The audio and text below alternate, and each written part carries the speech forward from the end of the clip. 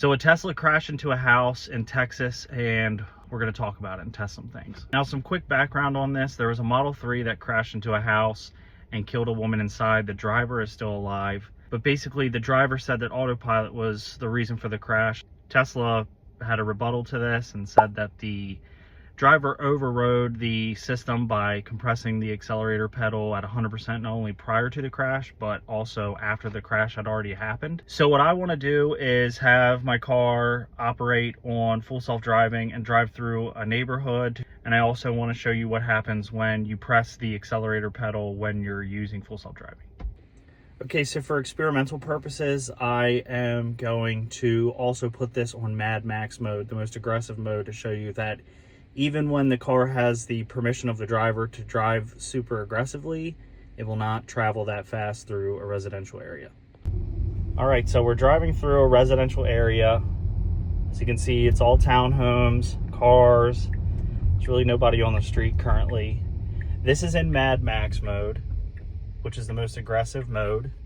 As you can see across the street, the speed limit is 25 miles per hour.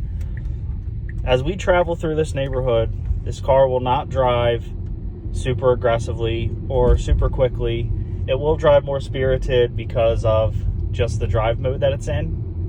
But it's very important to be aware of the fact that this car is never going to go that far over the speed limit.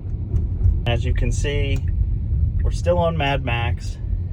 It's still 25 miles per hour. My foot is not touching the accelerator or the brake.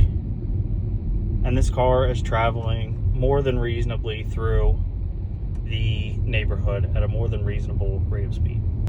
Now, even as I'm traveling, if I'm not going fast enough, I can press the accelerator. If I press that accelerator, the car will eventually warn me that the accelerator is pressed and FSD is not going to brake. So I'm still responsible for what happens. And that's ultimately what happens if you do it too long. And once again, if I feel that the car needs to accelerate and I can press the accelerator,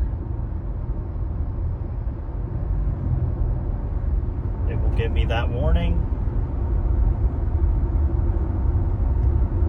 And then a second one.